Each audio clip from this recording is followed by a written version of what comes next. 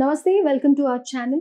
So అసలు చిన్న విషయంతో పోయేదాన్ని రోజు రోజుకి పెద్దగా చేసుకుంటూ వెళ్తున్నారు. దేని గురించి మాట్లాడుతున్నానే కదా, పుష్ప 2 టీజర్ దగ్గర నుంచి పుష్ప 2 సినిమా అసలు స్టార్ట్ అవ్వడం దగ్గర నుంచి ఇది స్టార్ట్ అయిందనమాట. అది ఎక్కడికి నెవర్ ఎండింగ్ లాగా వెళ్ళిపోతూనే ఉంది. అయితే ఈ విషయం గురించే మాట్లాడదాం. ప్రస్తుతం మనతో పాటు మన స్టూడియోలో డివి శ్రీనివాస్ గారు, సీనియర్ జర్నలిస్ట్ ఉన్నారు. నమస్తే సార్. నమస్తే. సార్, అసలు ఫస్ట్ నుంచి పుష్ప 2 వివాదాల్లోనే ఉంటూ వస్తుంది. అయితే ఇప్పుడు హీరో దగ్గర నుంచి ప్రొడ్యూసర్స్, సినిమా, థియేటర్ ఇవన్నీ అయిపోయాక ఇప్పుడు ఫ్యాన్స్ దగ్గరకు వచ్చింది. ఎగ్జాక్ట్లీ ఫ్యాన్స్ అని చెప్పుకోలేము, ఎవరైనా వాంటెడ్లీ చేస్తున్నారని కూడా చెప్పుకోవచ్చు. ఇందులో నేను మాట్లాడేది ఏంటి అంటే కనుక, రేవంత్ రెడ్డి గారిని, సీఎం గారిని ట్రోల్ చేస్తూ ఉన్నారు. ఏ విషయం మీద అంటే, అది టీజర్ లాంచ్ లోనో సక్సెస్ మీట్ లోనో అల్లు అర్జున్ గారు పేరు మర్చిపోయారు, మన రాష్ట్ర సీఎం పేరే మర్చిపోతాడా, అందుకే జైల్లో వేశారు అనేది ఎక్కువ పబ్లిసిటీ చేస్తున్నారు అని చెప్పేసి ఎవరైతే యాక్టివ్ గా ఈ మెసేజెస్ పెట్టి ఎక్కువ వైరల్ చేస్తున్నారో వాళ్ళ మీద కేసులు పెడుతూ ఉన్నారు పోలీసులు కాదు, ఎవరో దీనికి సంబంధించిన వాళ్ళు ఎవరు పెడుతున్నారు అనేది ఇంకా తెలియలేదు. సో కేసులు పెడుతూ వెళ్తూ ఉన్నారనమాట.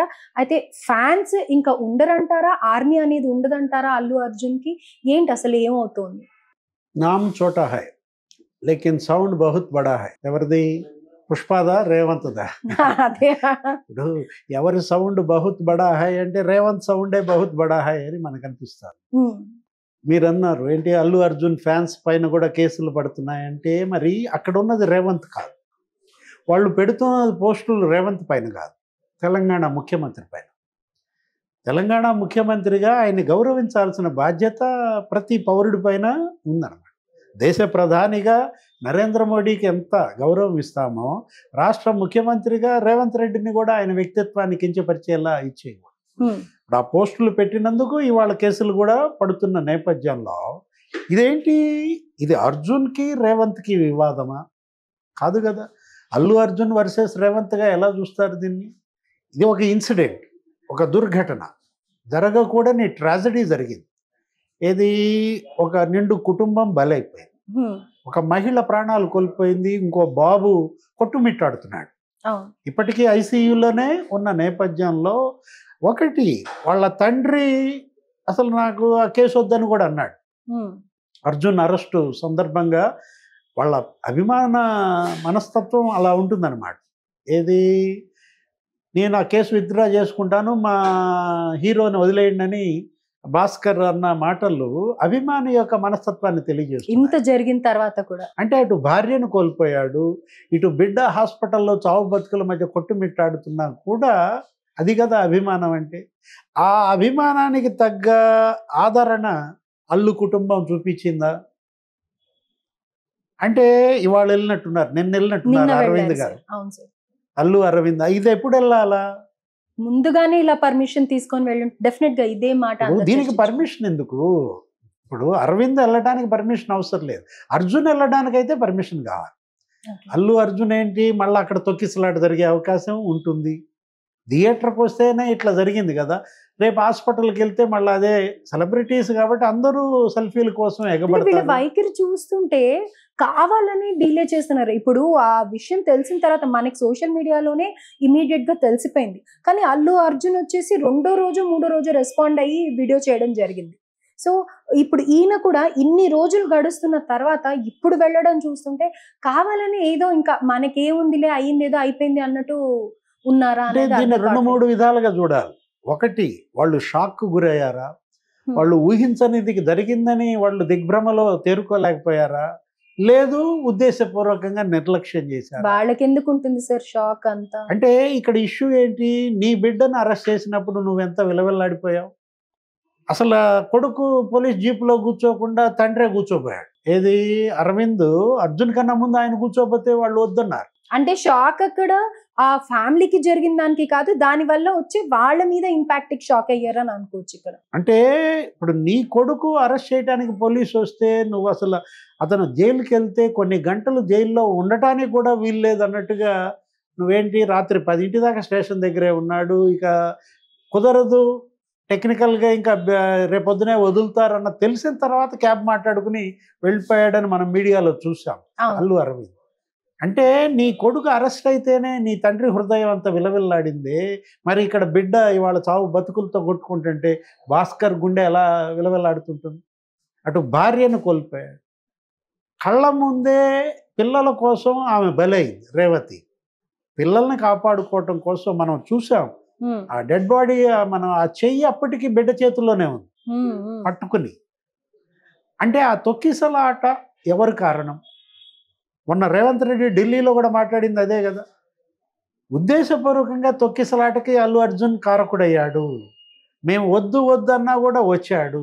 నిన్న ఆయన వెళ్ళాడు ఆనంద్ సిపి ఎక్కడికి, సంధ్యా థియేటర్కి వెళ్ళి ఆ థియేటర్ అతను పరిశీలించి లైసెన్స్ క్యాన్సిల్ చేయమని అన్న దీంట్లో 40 ఏళ్లుగా ఉన్న థియేటర్ ఇవాళ లైసెన్స్ ఎందుకు క్యాన్సిల్ అవుతుంది? ఎవరి వల్ల క్యాన్సిల్ అవుతుంది? ఏ తప్పిదం వల్ల క్యాన్సిల్ అవుతుంది? హైదరాబాద్లో సంధ్యా థియేటర్ అంటే అసలు సినిమాయే సంధ్యా థియేటరు, సంధ్యా థియేటరే సినిమా కదా. తను ఏమన్నాడు, నేను 20 సార్లు వెళ్ళాను, 30 సార్లు అక్కడ సినిమా చూశాను, అప్పుడెప్పుడు అది జరగలేదంటాడు. అంటే ఇప్పటికీ కూడా మీలో జరిగిన ట్రాజడీ, ఆ తప్పిదం పట్ల మీరు చూపాల్సిన ఆ కన్సర్న్ చూపకపోవటం ఇక్కడ దురదృష్టకరం. ఎగ్జాక్ట్లీ. సరే, what ever it may be, నిన్న ఆయన వెళ్ళారు, ఎవరు అరవింద్ గారు, ఆ కుటుంబం ఏది కావాలన్నా ఇస్తానన్నారు. ముఖ్యమంత్రి రేవంత్ రెడ్డికి ధన్యవాదాలు చెప్పారు, ప్రభుత్వానికి ధన్యవాదాలు చెప్పారు, అటు ఆసుపత్రి వాళ్ళకు కూడా ధన్యవాదాలు చెప్పారు అల్లు అరవింద్.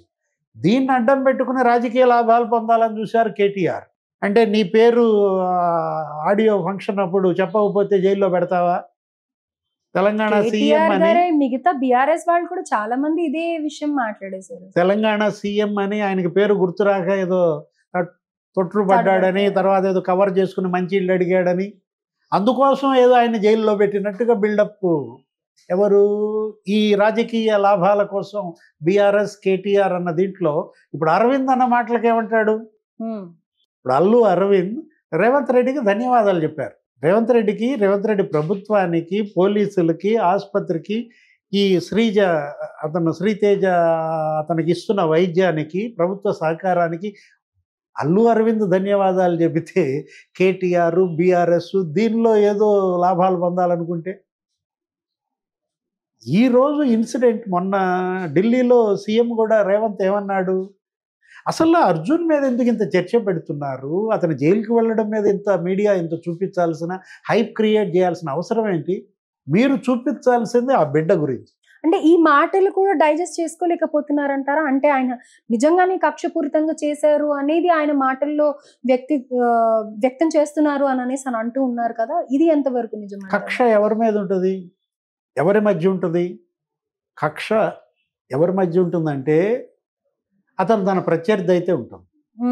ఒకవేళ ఉంటే గింటే, ఇప్పుడు ప్రజెంట్ జరుగుతుంది కక్ష రాజకీయాలు కాబట్టి ఆ పోటీ చేసే ప్రత్యర్థి మీద ఉంటుంది. ఇప్పుడు రేవంత్ రెడ్డికి అల్లు అర్జున్ ప్రత్యర్థి కాదు కదా. అర్జున్కిను రేవంత్కి ఏమన్నా ఆస్తి తగాదాలు ఉన్నాయా, గట్టు తగాదాలు ఉన్నాయా? ఇక్కడ కక్షకు అవకాశం ఏముంది? అక్కడ ఆ ఇన్సిడెంట్ జరగకపోతే ఇది లేదు కదా. ఏది అర్జున్ ఆ రోజు వెళ్ళాల్సిన అవసరం ఏంటి? అదే అతను అన్నది కూడా, నువ్వు నీ హోమ్ థియేటర్లో చూసుకోవచ్చు, నీకు అసలు స్టూడియో ఉంది, నువ్వు స్టూడియోలోనే వేసుకోండి, ఎక్కడ నువ్వు వెళ్తానంటే నీకు ఎవరు థియేటర్ ఇవ్వరు, వాళ్ళు మొత్తం తెలంగాణలో థియేటర్లన్నీ వాళ్ళ నాన్న చేతిలోనే కదా. దిల్ రాజు వాళ్ళే కదా మొత్తం థియేటర్లన్నీ కూడా లీజు తీసుకుని చేసేది. అంటే తను ఏదో అక్కడ ఏదో ఎంజాయ్ చేయాలని, అక్కడ క్రౌడ్లో సినిమా చూడాలని, తను సినిమా స్క్రీన్ మీద చూస్తూ తన ఫ్యామిలీతో ప్రేక్షకుల రెస్పాన్స్ చూడాలనో వెళ్ళాల్సిన విధానం అది కాదు. చెప్పకుండా వెళ్ళాలి. ఆ ఫీల్ నువ్వు చూడాలంటే, ఎంజాయ్ చేయాలంటే నువ్వు వస్తున్నట్టు తెలియకుండా వెళ్ళాలి. కానీ అందరికీ వాట్సాప్ మెసేజ్లు పెట్టేసి అక్కడ ఏదో ర్యాలీ పెట్టి, ఎక్కడున్నాడు ఆ శిల్పా రవి? ఈ విషయంలో ఫ్యాన్స్ ని ఏమంటారు సార్? అంటే అత్యుత్సాహం ప్రదర్శిస్తున్నారు అనుకోవచ్చా? అంటే అత్యుత్సాహం ప్రదర్శించే వాళ్ళే ఫ్యాన్స్ కదా. కాకపోతే వాళ్ళు కూడా ఇబ్బంది పడుతున్నారు. ఏది వాళ్ళ నాయకుడి కోసం, వాళ్ళ హీరో కోసం మరీ మీరు ఎక్కువ గొడ్డలు దించుకుంటే ఇదే జరుగుద్ది అనమాట.